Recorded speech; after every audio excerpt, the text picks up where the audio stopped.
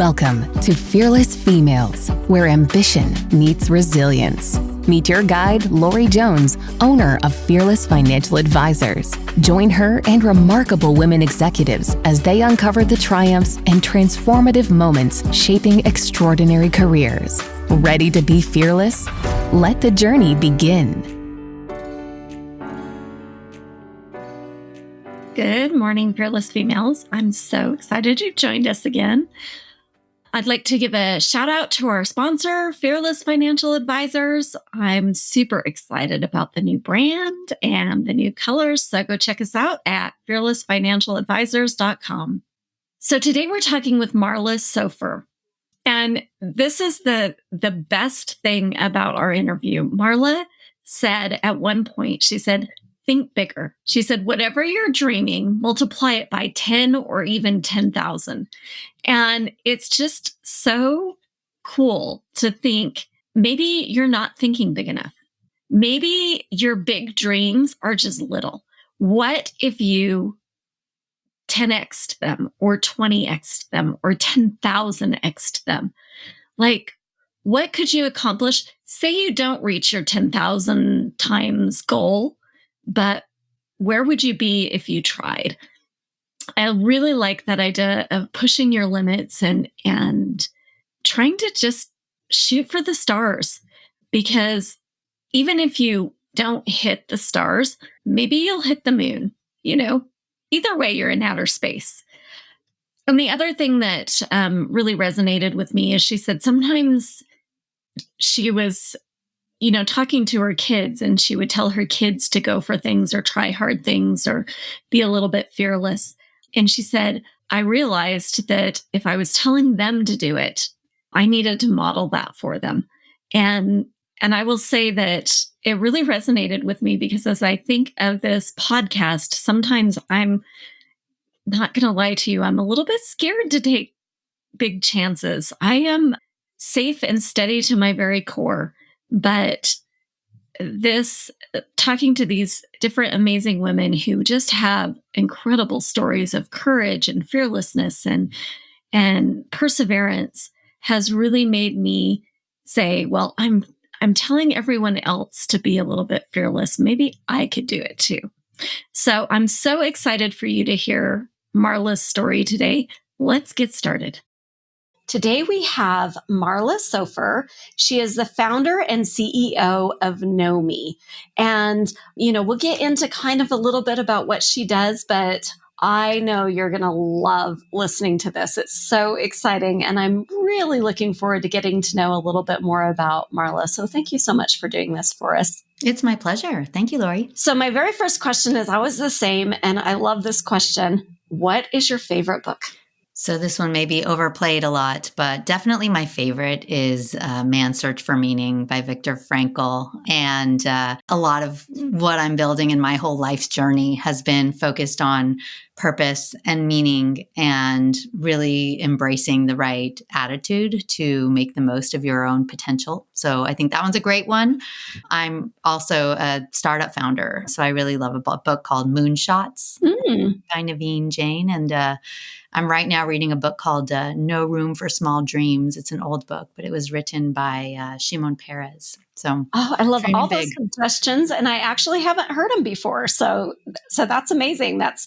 Except for that, you've now added 3 new books to my already huge stack of books to read. But that's good. I love reading. So thank you. Of course. Tell me a little bit about your journey. How did you get started? What do you do now? Like, where are you at? Tell me about you. Sure. I've had a very nonlinear journey in and out of financial services for over 20 years. In financial services, I would say. Lots of different areas and layers of a supply chain in financial services. Before that, I had brief stints where I studied peace and conflict resolution. I worked in nonprofit, and I worked on Wall Street running code for a telecom company. But since 2004, I've been in financial services. So it's been 20 years. I worked in private banking. I worked in deep institutional banking at JP Morgan. I covered all of the West Coast, 150 asset managers west of the Mississippi, and all of their deep operational requirements from a bank. What happens when securities settle and have to get accounted in a fund or in a pension fund, or how that actually all works together. I then worked at BlackRock, and at BlackRock, I was responsible for our relationship with our largest operational providers, including banks and data providers. And then since 2015, I've been in FinTech. I was inspired to get into FinTech because I thought there is so much that this industry can be doing better for its clients. And I wanted to be a part of tech delivering on that promise and really helping people live better lives, find financial solutions to help them in their lives. So I've been the head of partnerships at 4 different FinTech companies, some familiar ones. And I spent also 2 years at Microsoft running financial services strategy and delivering on what data flow and products need to come together to solve the problem in financial services that companies and their clients are looking for. And all of that led me to this realization that our industry is very good at selling products and pitching tools to do things, but we are not very good at knowing our customers or clients. And we really haven't ever even learned what information is the most relevant and valuable to help our clients make better choices with their financial choices. So that gave me the inspiration to launch Knomee. And so I launched Knomee about a year and a half ago. And Knomee is a data platform that answers the question of what product is right for you. We don't sell you any products. We are not a financial advisor. We are not a financial planner. We answer that question of what it depends on. So there is a way of, if you ever ask what product is right for you, the answer is always, it depends. It depends, yeah. So we are what it depends on. So we help somebody recognize, how do they feel about risk? What are their goals? What are their attitudes? Who do they share money with? What is their context, their background, their emotional relationship with money, their trauma that they bring to the table, their beliefs, their joy? What brings them joy? Before you can know your goals, there is a whole structured way to really making sure you can clearly articulate your goals. What do you want to do with your money? If your money is a tool versus a goal, how are you going to activate it? And so that's what Knomee is all about. I love that. So did you know from really early on, like it sounds like you've had a long career in finance and lots of different pieces of finance, and honestly, lots of pieces that women don't traditionally go in, right? So did you know, like when you were a baby, like you wanted to be in finance? Like how did you get there? No, not at all. In fact, when I took that job I referenced in nonprofit, I turned down a job at Merrill Lynch corporate headquarters because I did not want to be in finance. I said, I'm way too idealistic. I want to kind of make the world a better place. And so I turned it down and took a job in nonprofit. And when I worked in that nonprofit job, I worked with very large donors in the finance and real estate industries, and learned a little bit about what they do. I ran big events and golf events and outings and whatnot, and decided to get my MBA part-time. So I worked full-time and got my MBA in the evenings. And as many of us do, right? yeah. And, from that kind of decided, I think I want to explore what it's like to be in financial services, but it was certainly not deliberate. It was not something I had dreamed about. What did you graduate? You graduated, obviously, if you've got your MBA. What did you graduate with? What was your degree in? My bachelor's? Yeah, your undergraduate. I went to, I'm from Texas, and I went to University of Texas at Austin. I got a degree in sociology. And I also got another degree in Hebrew because they offered me a scholarship. They said, if you declare this as your major, then we'll give you a scholarship. And this was all part of my desire to study peace and conflict resolution and live overseas in the Middle East.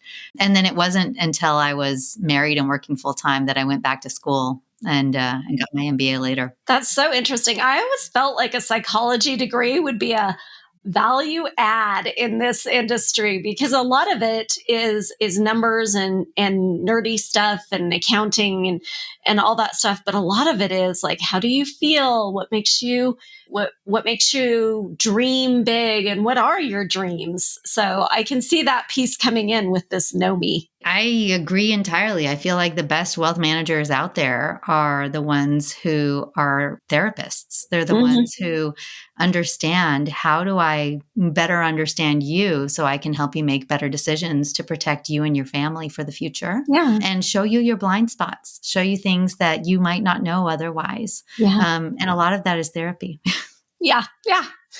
Relationships and kind of getting in. I always say I want to be like the second call. Like if they have a big life event happen, like their family can be the first call, but I'd like to be the second call. I want to know, what their dreams are, what they're hoping for when their success happens. And sometimes I get those sad calls too, but I love that. What is, if you can look back kind of over your career and your journey, can you think of one investment that you're like, oh my goodness, I am so glad I did that for myself. It's made just all the difference. Well, this last rung on my career journey has been the most vulnerable, hardest, longest decision, trajectory to kind of come by. And that was to leave being a salaried employee and launch a business. Whether it's the best investment I made in myself or not, I don't know. It depends on how you define best. But for me, I knew that if I didn't give myself a shot and launch this business that I believed in and had the idea for, and I knew kind of this was an experience I wanted to have, I knew I would regret it forever. And so it was something that didn't really feel like something I could deny or ignore for much longer. When I started the journey, I was 45, I'm 47 now. And I feel like it was an investment I had to make in myself. How do you have the courage to do that? That is a hard, very fearless. And I kind of think of fearless more like I'm scared to death, but I'm going to do it anyway, right? Where did you find the courage to do it? Yeah, it's exactly that. It is, I'm scared to death and I'm going to do it anyway. And repeatedly, every day waking up and saying, I'm scared to death. How am I going to do it anyway? And kind of being pushed down and pushed down and pushed down, and then bouncing back all the time as much as you possibly can, and looking around corners. I couldn't get through the door, so let me see if there's a side door. Let me see if I could figure out, how do I push forward on this idea? I think the motivation for me, to be very candid, I think the strongest motivation was being a parent and recognizing that if it was my kid, would I want them to take this risk on themselves and to believe in themselves, and how important it was for me to model what I want them to do in their future, recognizing they're watching. And it was very much my kids. It was my daughter who had heard me talking about wanting to launch a company for a long time. And at some point she was in high school and she was like, when are you going to do it? And so that was a huge motivator. It was exactly what I needed to hear, to recognize that taking a big risk on myself and sacrificing stability, because it's so critical that I want my kids to see that. I want them to recognize they're in control of their destiny. We kind of tell them all the time, you can be what you want. You can achieve your goals no matter what they are. Nothing's too big. Well, how often do we do that ourselves? And so, yeah. That's a really insightful comment. And I agree with it. I've said a lot of times as I'm mentoring and having my own kids, like, I'm encouraging them to do these things. I need to be brave enough to do it myself. I love that you're setting that example for your kids. What an amazing mom. That's so great. Yeah, I think any mom who hears they're an amazing mom are like, oh yeah, right. Like, there's so much you don't know. Well, it all looks perfect from this side of the screen, so you're good. What about, you've had some different journeys and different experiences. Can you think of a time when you were given like some really bad advice? And did you take the advice or did you not take the advice? Talk to me about that. Yeah. I get a ton of horrible advice all the time. If there's one thing when you launch a company, you get a lot of, it's bad advice. consistently. And it's very well intended. These are people who truly want to help. They, feel entitled to give it. So one of the best pieces of advice I got was stop taking the bad advice. Just at some point, you got to stop listening. You have to recognize the positive intention. There was another answer I had when I thought about this question that kind of goes back a little bit further in my career and in my life. Early on, I was given well-intended advice by someone in my family who I love dearly. And it was, this message of just don't rock the boat. Like things are working out for you. You're getting paid well. And I could never listen to that advice. It was just not attuned to my authenticity. I'm a bit of a boat rocker. And I feel that my boat rocking is and has proven to be one of my virtues, not one of my drawbacks. And I actually like being a boat rocker sometimes. I like recognizing where there's huge opportunities and diving right into that. I like seeing where there's pain and struggle and suffer in an organization or in a relationship and focusing there. I would much rather come into a disaster scenario than into a scenario that is doing peachy, where I'm just not rocking the boat. And so that's advice that I have gotten and very much ignored. It's interesting though, because you were probably pretty young the first time you started rocking the boat. And that's really hard to have that kind of confidence in yourself to be like, yeah, everyone's telling me don't make waves, but this isn't right. And I need to speak up. How do you find that courage? Well, first off, I think important to honestly share, I don't think I've always had it. There have certainly been times where I didn't speak up and didn't rock the boat, but I can certainly point to a lot of times where I did. And there certainly are a lot of times where I did and probably shouldn't have, or maybe the setting or the time wasn't right, or you had to be a little bit more sensitive in certain scenarios. And a lot of learning the dance over when is it appropriate to rock and what ways to rock and how to communicate about your rocking of the boat. A lot of that comes with experience. And so when you're really young, it might be confidence, it might be overconfidence. I think in a lot of cases, it is driven by, again, models that you saw growing up and your own personality. If you're the type of person that sees something wrong happening, are you going to be the one who speaks up and says something? Are you going to complain if something isn't working out well and try to change it? Are you going to take it into your own hands to try to do something to change it and do something better? I like to point back to early in my career. This was in 2006. I was at JP Morgan, and very first couple of days, there was like a new hire breakfast. And I raised my hand and I said, hey, it's great. We've got these really big teams. How do I learn about what's working and what's not working in the other teams? Good that I've got this, my own one, but I want to learn from a bigger pool. And they said, we don't really do that. We don't have that opportunity. We don't really have a way to communicate across teams how things are going. And so I invented it and I created it. And it was a huge catapult for my career, because I broke down silos and barriers and got people to open up and communicate. We offered better client service. We learned about what was broken. We learned about what was working and how to take best practices from one client, apply it to another. And so all I can say to your listeners is go on, rock those boats. When you rock the boats, you find opportunity, and you just, you do have to kind of be sensitive and with grace and experience, learn about what is appropriate, what's not. I don't even like saying appropriate and not.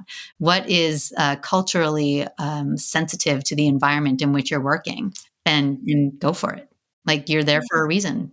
I love that idea. And I do think there are those experiences where we find that we maybe didn't handle it just right. And that gives us the opportunity to learn to do it better next time. I have lots of opportunities to learn in my life. So what about one of those opportunities to learn for you? It's not a regret, but something you can kind of look back on and say, oh, if I knew then what I know now, I definitely would have handled that situation a little bit differently. Is there something like that you can think of? Yeah, partially. I think it relates to that voice of experience. When you kind of know something, you might have handled things differently. I think for me, I have a very, very strong bias for action. And the good side of that is that I act. I like to get things done. The bad side is that I can sometimes be impatient. And so there are certainly times in my past where I was a bit antsy. I look back on some of the career shifts that I made where I knew I was in the wrong seat or in the wrong company or reporting up to the wrong manager or in the wrong role. And had I waited just a bit longer, in some cases, even a matter of weeks, there could have been like a big payday or a bonus or something meaningful. But Mhm. I was so eager and antsy that I went ahead and made the change anyway. And looking back, that eagerness and kind of antsiness and impatience, it took a bit of a toll. And it was partially because I wanted so much to drive that action, but it was partially because I felt like, oh, if this escape hatch isn't the one I take, I might not get another. And that's not always true. If you wait, you will have other escape hatches. You're going to be just fine. And so I think part of it was my own lack of confidence in the right thing will come at the right time. And so I sometimes jumped into a decision, maybe right thing, maybe wrong thing, but also wrong time. That is so interesting and insightful, I think, because there are times in your life through the ebb and flow of your life that I also am probably more impatient and driven and that sort of thing. And I think that there's a power in being patient. That I'm still learning. I don't know about you, but that idea that if you just take a step back and kind of look at the situation, that maybe at the right time that thing will happen. And sometimes you have a tendency to be too patient. You don't want to get on that side of things either, right? It's a hard balance for sure. There's so much more knowledge about it, I feel like now. Now there's kind of this awareness of really trying to be more responsible and not reactive, like respond, allow people to kind of like be heard and make sure you're listening effectively and actively. And so I feel like there are a lot more resources there to help people really navigate that patience so we're not so quick to react. Yeah. And, a lot more mentors out there, a lot more people who have done it, been in their position, been through that are willing to kind of share their experience like you. Yeah. Just be caution. Take caution when you're listening to mentors because everyone's on their own journey, and you kind of go through your own learnings and experiencing your own wins and failures, and that's kind of the beauty of life. Yeah, I guess there's sometimes I'd prefer to avoid some of the pitfalls and get past those. But sometimes you got to go through them anyway. What about if you could go back to the beginning, to yourself at the beginning of your journey and talk to, yourself early on, 20, 21, 22, wherever you want to put that, what would you tell you specifically? What would you tell your younger self? Yeah, a couple of things. Number one is I would tell myself to not let that like strong flame of confidence as a 20-year-old die down and get jaded, as you kind of come into the world and, see how things work. I would also tell myself, take more risk, believe in myself, don't rely on others' perceptions to help me define my own self-worth. I think that a lot of the way that I navigated my career was safe versus taking the type of risk that I feel like I wanted but didn't. And not always because it was me pushing back on it, but other voices from other people in my life that guided me on this safe path. And not with poor intentions. They did it because they thought that was best for me and maybe best for the family. And I do feel like had I listened more to my gut, taken more risk, who knows where I would be today? Maybe I would be in a totally different position without the type of security that I've got. I would definitely tell myself, like, don't be so quick to listen to the perceptions of others. They don't know what they're doing either. That's an important thing to remember, isn't it? Like we're all out here kind of exploring it. And some of us look like we got it under control. And they're usually the ones that are like running around crazy. They don't have it as nobody has it under control 100%. So Yeah, that's really great advice. I love that. Because as women, both in career and in finance and stuff like that, we have a tendency to try and play it safe. And sometimes that idea of taking a little bit of risk, maybe it's calculated risk, right? Absolutely. What scared you the most when you were starting out on your journey? Or is there anything that scared you? And does it still scare you? Or did you learn how to work with that?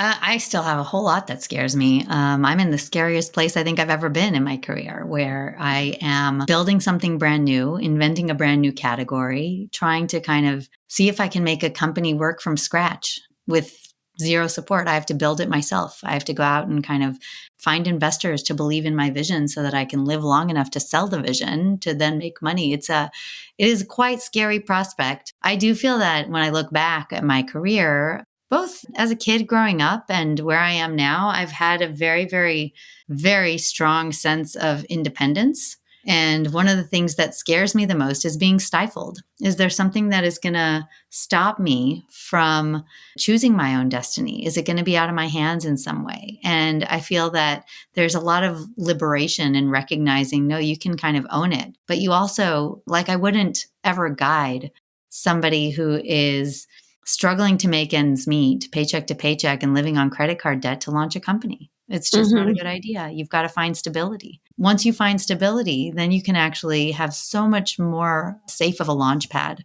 to go and do the things that you want to do because you've taken care of your future, or you've at least taken care of a part of your future enough so that you can take a bit more risk on how your income is going to be, allocated and win into the future. But yeah, for me, the scariest part has been being stifled. Like, I think we're here for a purpose. We should all jump into that purpose as strongly and as effectively as we can.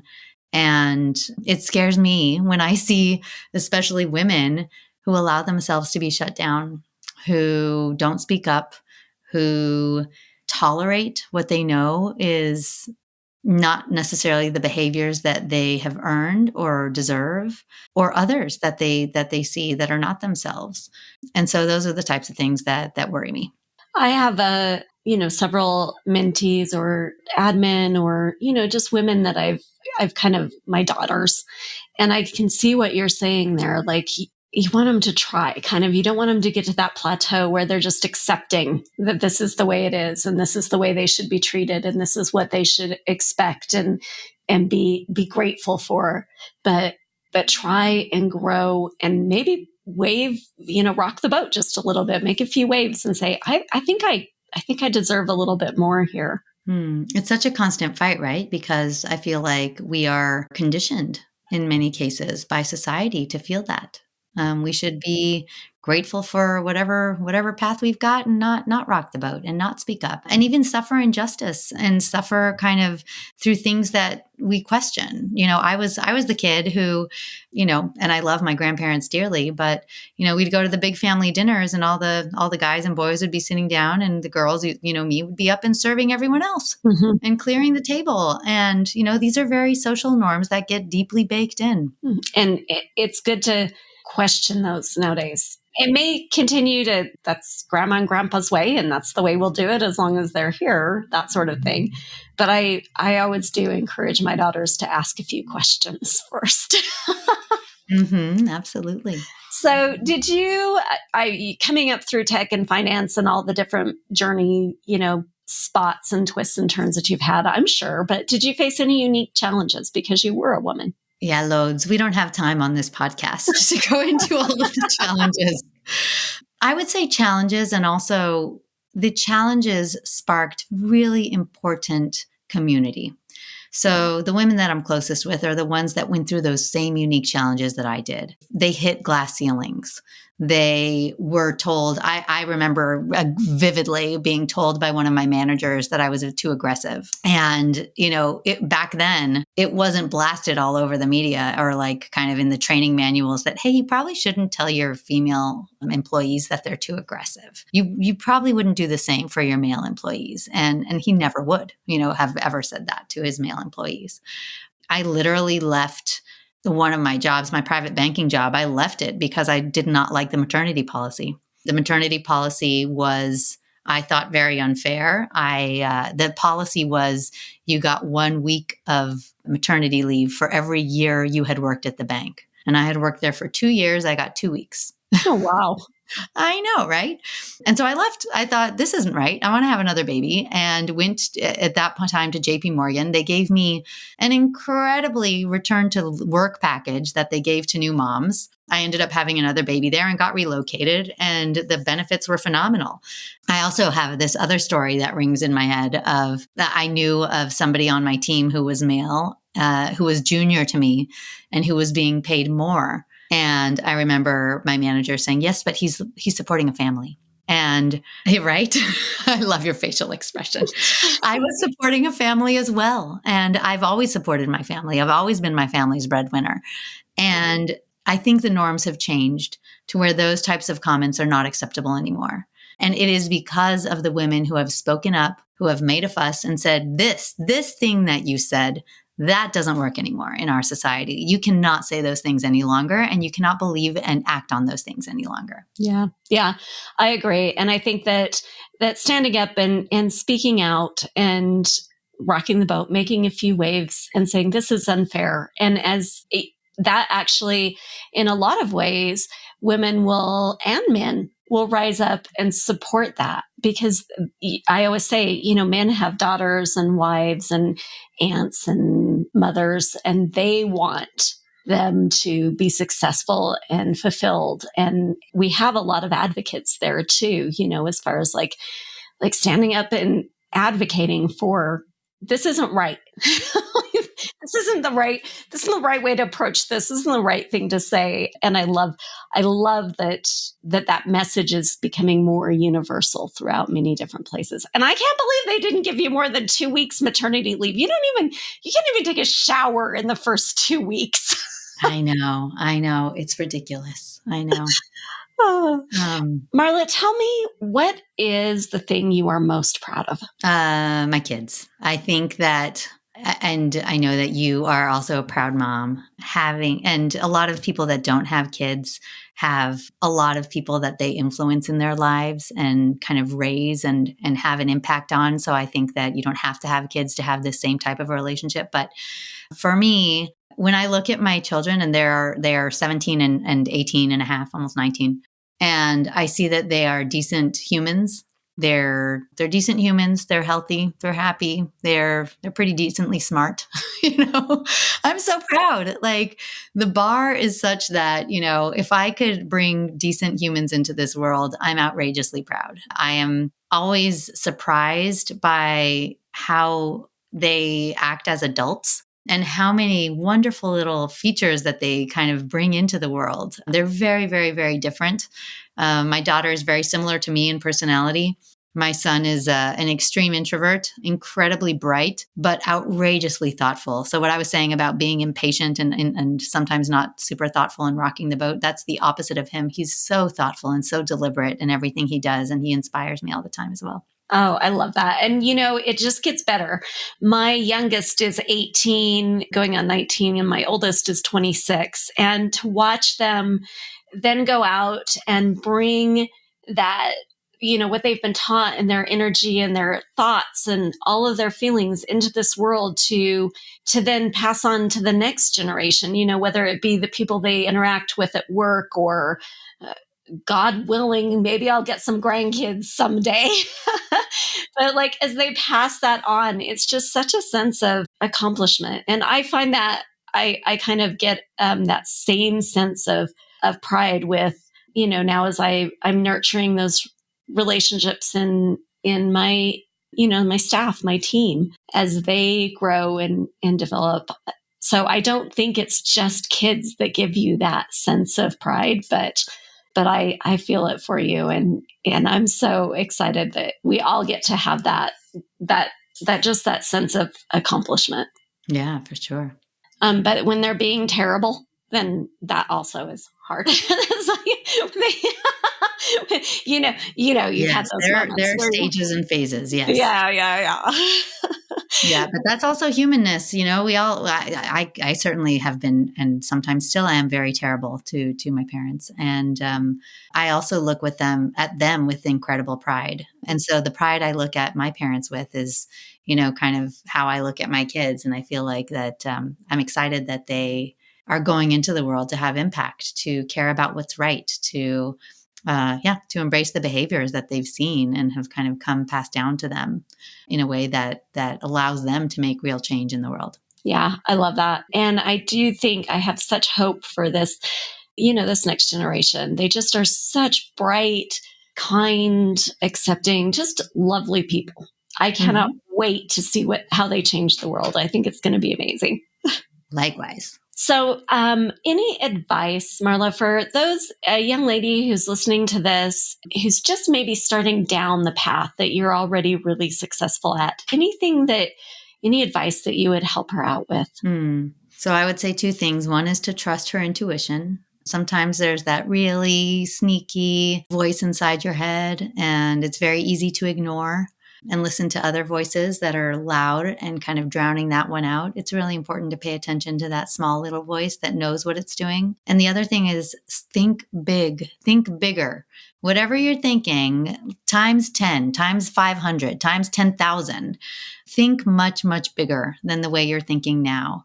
We are, unfortunately, as women, conditioned to stay in our box and to think small. And I think the more we think big and the more we squeeze every opportunity we have to grow and be big and have a much bigger impact on the world, then we will kind of increase the impact of our voices and our change. I would also say, move on when you're ready. You'll know when that is. If you get to the point where you're in your life, and it can be a career, it can be a personal thing, it could be whatever it might be. If there is something telling you that, hey, I think I've kind of tapped this opportunity out to its max, then listen to that. It kind of has broken my heart several times in my career where I was a newbie, and I've been a newbie in many jobs, but I was surrounded by people who had been there for 25, 30 years.